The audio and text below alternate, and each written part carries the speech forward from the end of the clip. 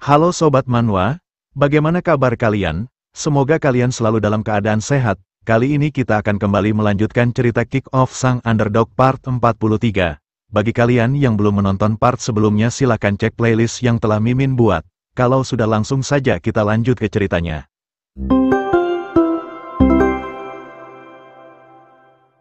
Di lapangan saat ini kedua tim sedang melakukan pemanasan. Lee Min-yong yang merupakan pemain cadangan sedang berjalan-jalan menuju ke kamar mandi karena ia merasa gugup. Ia seketika terkejut dan menghentikan langkahnya ketika melihat pemain lawan Chong Han yang dulu menindasnya di SMP. Lee Min-yong benar-benar merasa gugup, namun di satu sisi ia juga merasa sangat kesal. Ia terus teringat bagaimana dulu Chong Han memperlakukannya. Sambil melihat ke arah Chong Han, Lee Min-yong meyakinkan dirinya bahwa ia tidak boleh takut karena sekarang SMA Haja ada di belakangnya. Ia pun memberanikan dirinya dan mulai berjalan perlahan mendekat. Semakin dekat ia semakin gugup yang membuat keringatnya bercucuran dengan deras. Mata mereka pun bertemu di mana ini membuat Lee Min-yong kesulitan untuk bernafas karena saking gugupnya. Chong Han langsung menggeser rekannya dan memintanya untuk minggir karena ada seseorang yang akan masuk ke kamar mandi. Ia bahkan meminta maaf kepada Lee Min-yong karena telah menghalangi jalannya. Lee Min-yong pun berjalan masuk ke dalam dengan penuh misterius. Ia mengumpat dan mengatakan kalau bajingan itu bahkan tidak mengingatnya sama sekali.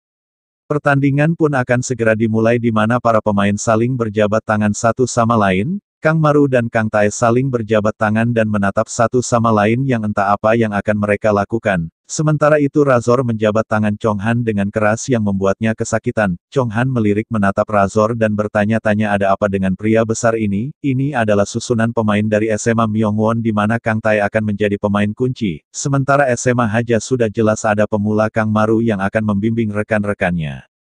Pertandingan pun akhirnya dimulai di mana pemain dari SMA Haja yang memulainya lebih dulu. Orang tua ini adalah pelatih SMA Myeongwon bernama Yang Seok. Seperti biasa Park Cha-dol selalu hadir dan berperan sebagai komentator. Ia mengatakan kalau saat ini SMA Myeongwon memulainya dengan formasi 4-4-2 yang kompak. Mereka menjaga para pemain mereka yang terdekat bersama dengan niat mendominasi gelandang pertahanan yang kuat. Dengan ini pertempuran antara pemain lini tengah akan menjadi sangat memukau.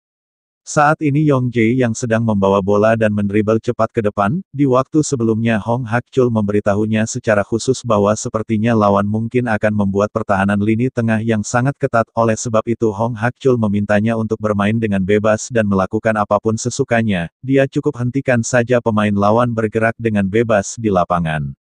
Dengan kemampuan dribblenya Yong Jae melewati satu persatu pemain lawan dengan sangat cepat. Ia terus membawa bola ke depan seorang diri di mana pemain lawan mulai panik dan berteriak meminta yang lainnya untuk menghentikannya. Dari depan dan belakang pemain bertahan lawan dengan cepat muncul mencoba menghentikan Yong Jae. Orang ini adalah bek sayap kiri bernama Kim Seong-hyeon yang sedang mencoba menghadang Yong Jae. Namun dengan pergerakan cepatnya Yong Jae berhasil lolos dengan mudahnya dan terus melesat cepat ke depan. Saat ini Yong Jae telah berada di sisi kanan lapangan setelah berhasil menerobos seorang diri. Melihatnya Yang Seok melirik menatap Hong Hak-chul sambil tersenyum. Ia bergumam mengatakan apa yang akan mereka lakukan selanjutnya bahkan jika mereka berhasil menerobos ke sisi samping lapangan. Apakah mereka benar-benar berpikir mereka berhasil menerobos, atau karena tim mereka yang sengaja memancingnya ke samping lapangan? Melihat pertahanan lawan Yong Jae mengumpat dan merasa kesal, ia bergumam mengatakan bagaimana bisa pemain lawan semuanya sudah berada di sini seperti mereka sudah menunggunya. Di situasi ini Yong Jae benar-benar kebingungan harus memberikan bolanya kepada siapa karena saat ini semua jalurnya sudah terblokir, tak punya pilihan lain karena pemain lawan juga semakin menekannya. Yong Jae pun melepaskan umpan ke depan ke area kotak penalti berharap ada rekannya yang bisa mendapatkan bolanya. Bola melintas di atas jambul merah di mana Park Cha-dol berteriak dari luar kalau ini adalah kesempatan sempurna untuk jambul merah yang memiliki lompatan tinggi dan tenaga yang kuat. Namun dua pemain lawan yang jauh lebih besar melompat lebih dulu yang membuat jambul merah tak bisa melakukan apa-apa. Bola pun diamankan oleh pemain lawan di mana jambul merah bahkan tidak sempat melompat karena tekanan yang diterimanya terlalu kuat. Park Cha-dol yang melihatnya merasa kesal dan mengatakan kalau ternyata pemain lawan memiliki dua bek tengah yang tinggi-tinggi dan juga besar. Ia mengungkapkan kalau ia mendengar beberapa rumor tentang mereka tapi mereka bahkan ternyata lebih menakjubkan jika dilihat secara langsung. Park Cha-dol mengatakan kalau mereka dijuluki sebagai teror menara kembar Yoonju-so dan Chong Han. Di bangku penonton ternyata juga sudah ada mereka bertiga, mereka selalu hadir ketika SMA Haja sedang bertanding, melihat pertahanan barusan Bagus merasa kagum dan mengatakan kalau dua pemain lawan yang besar itu sangat luar biasa, Na Sunmi juga membenarkannya dan mengatakan kalau bukan hanya tinggi dan kuat secara fisik, tapi pelatih mereka juga tahu persis bagaimana menggunakan mereka dengan sangat baik. Na Sunmi mengungkapkan bahwa biasanya seluruh formasi bergerak bersama ke arah bola tapi tidak untuk pelatih Yang Seok, para pemainnya semuanya bergerak mengikuti arah bola, dan hanya pemain yang berada paling dekat dengan bola yang akan bergerak. Pemain yang dekat dengan bola menekan orang yang memegang bolanya, dan ketika bola berubah posisi pemain juga merubah tekanan lagi. Dengan cara ini dia bisa menjaga tekanan terhadap lawan tanpa merusak formasinya, dan itulah strategi kuat pertahanan pelatih Yang Seok.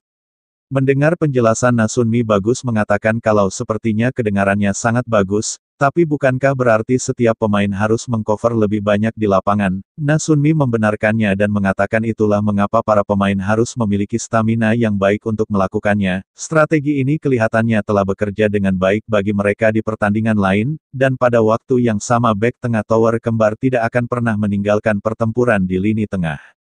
Dengan komposisi ini memungkinkan untuk mengantisipasi potensi terjadinya umpan terobosan, saat mereka memberikan sisi yang mendukung lini tengah yang kuat mustahil untuk melewati lini tengah, dan yang bisa SMA Haja lakukan saat ini hanyalah mengumpan dari samping, namun jika mereka melakukan umpan ke tengah tidak ada seorang pun yang akan menerimanya karena sudah ada tower kembar. Na Sunmi lalu menatap ke arah Hong Hakchul dan bertanya-tanya apa yang sekarang ingin dia lakukan di situasi seperti ini. Kembali ke lapangan, Kang Tae mengamankan bola yang dibuang oleh Yeonju. Kang Tae dengan cepat berbalik dan langsung melakukan serangan balik. Di atas sudah ada Jaemin Park yang merupakan penyerang tahun kedua SMA Myeongwon. Bagus mengatakan sepertinya SMA Myeongwon akan segera menggunakan strategi terkenal mereka yang tak terhentikan bahkan ketika pemain lawan melihatnya. Pertama mereka akan mencuri bola dari lawan mereka, lalu setelah itu mereka akan mengontrol bola ke depan menuju final pertahanan lawan.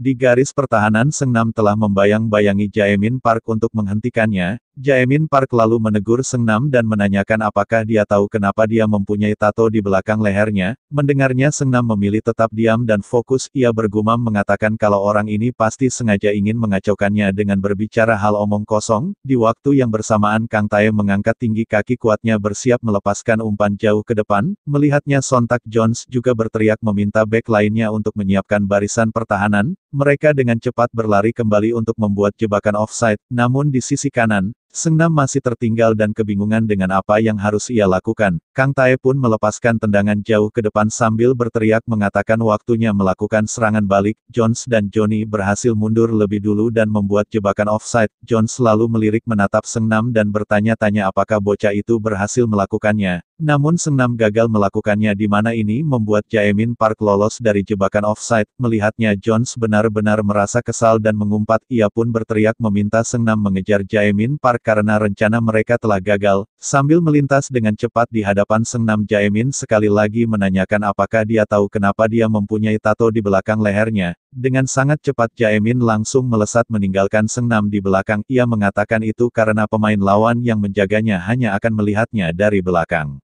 Melihatnya Bagus mengatakan ini adalah waktunya strategi final SMA Myeongwon yang tak terkalahkan. Di waktu yang bersamaan Jaemin Park berhasil mengontrol bola yang diberikan Kang Tae padanya dengan sangat baik. Ia dengan cepat mendribel bola ke arah gawang di mana dari belakang Seungnam terus mengejarnya dengan sekuat tenaga. Jaemin melesat ke depan sambil bergumam mengatakan kalau sepertinya ia dihadapkan oleh bocah pemula. Ia mengatakan seharusnya ini akan menjadi gol pertamanya yang terjamin. Di waktu yang bersamaan Jaehyun tiba-tiba muncul di hadapan Jaemin meninggalkan gawangnya. Jaemin benar-benar dibuat terkejut dan kesal tak menduga kalau Jaehyun berinisiatif maju dengan sendirinya meninggalkan gawangnya terbuka lebar. Namun dengan begitu Jaehyun juga berhasil mengamankan bolanya sebelum Jaemin melepaskan tembakan.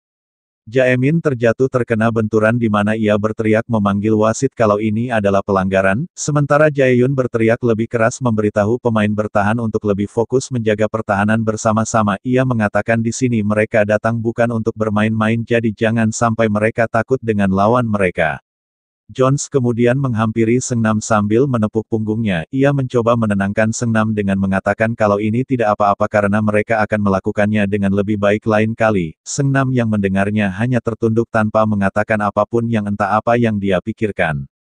Sekali lagi Jaehyun berteriak meminta mereka semua untuk berani dan jangan takut oleh tekanan lawan. Jaemin melirik menatap Jaehyun yang terus mengoceh sambil bergumam mengatakan kalau ia akan merobek gawang gorila ini. Budi yang melihat kejadian barusan dengan perasaan cemas menarik perkataannya kembali yang mengatakan kalau SMA Myongwon memiliki strategi yang tak terhentikan. Ia mengatakan sepertinya strategi ini tetap bisa dihentikan asalkan mereka mengantisipasi lawan yang datang menyerang.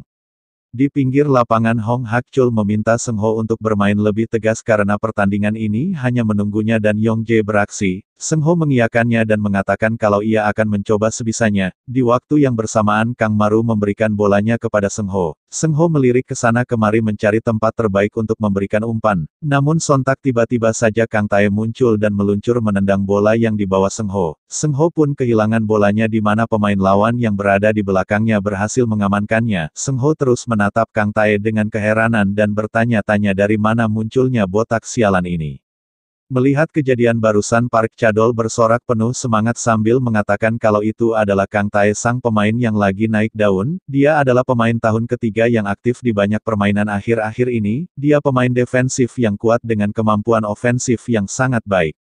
Bola kemudian langsung dikirim ke tengah lapangan di mana di sana sudah ada Wang yang menyambutnya. Wang melakukan umpan sekali sentuhan dan langsung memberikan bolanya kepada rekannya. Bola berhasil diterima oleh Duyong anak tahun kedua dan merupakan pemain sayap kiri. Tanpa membawa bola dengan lama Duyong langsung melepaskan umpan jauh ke depan ke sisi lain lapangan di mana di sana sudah ada Kang Tae yang berlari cepat mengejar bolanya. Bola tersebut berhasil dikontrol dengan sangat baik di mana Johnny mencoba menghentikannya. Di waktu yang bersamaan Jaemin juga langsung berlari cepat mencari posisi mencoba melewati penjagaan Seungnam. Umpan terobosan ke tengah langsung dilepaskan di mana Seungnam dan Jaemin berlomba untuk mendapatkan bolanya lebih dulu. Seungnam mengulurkan kakinya dan berhasil menendang bolanya ke depan. Namun tendangannya sangat pelan dan itu malah terlihat seperti dia sedang mengumpan kepada Jaemin. Jaemin pun mendapatkan bolanya di mana saat ini ia sudah tepat berada di depan gawang tanpa penjagaan dan berhadapan satu lawan satu dengan penjaga gawang. Di situasi ini Jaehyun adalah harapan terakhir dan satu-satunya yang bisa menghentikan bolanya. Rekan Jaemin seketika muncul di samping gawang di mana Jaemin langsung memberikan bolanya. Alhasil dengan mudahnya ia hanya perlu menendangnya sedikit dan bolanya pun berhasil masuk ke dalam gawang. Peluit pun berbunyi di mana SMA Myongwon berhasil mengamankan satu gol lebih dulu.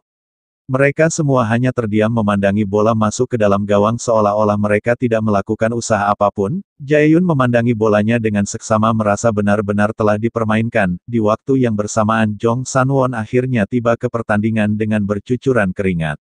Ia menghampiri Hong Hak-chul sambil tersenyum kegirangan mengatakan kalau ia telah kembali. Ia meminta Hong Hak-chul untuk memainkannya karena ia sudah ada di sini. Sontak wajahnya berubah ketika Hong Hak-chul memintanya untuk berhenti mengatakan omong kosong. Hong Hak-chul menegaskan kalau ini bukanlah liga sepak bola anak kecil yang bisa dia masuki sesukanya. Sambil pertandingan terus berjalan Hong Hak-chul meminta Jong Sanwon untuk mengingat perkataannya, bahwa dunia ini tidak hanya berputar di sekitarnya jadi dia tidak bisa melakukan apapun sesukanya. Hong Hak-chul pun meminta Jong Sanwon untuk duduk saja dan menonton pertandingan selagi dia sini, di mana Jong Sanwon benar-benar melakukannya tanpa mengatakan apapun. Ia melirik ke sampingnya yang ternyata di sana juga sudah ada Myong Seok yang menonton pertandingan. Ia memang menyuruh adiknya berhenti bermain sepak bola, namun tetap saja sebagai kakak ia juga memiliki tanggung jawab untuk memastikan adiknya baik-baik saja, dan tentunya suka atau tidak suka ia harus memberikan dukungan sambil memikirkan yang terbaik untuk adiknya.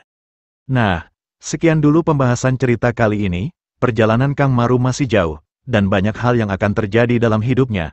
Apakah ia akan mencapai impiannya? Temukan jawabannya di kelanjutan cerita berikutnya. Jangan lupa untuk like, komen, dan subscribe agar kalian tidak ketinggalan kisah seru berikutnya. Sampai jumpa di video berikutnya.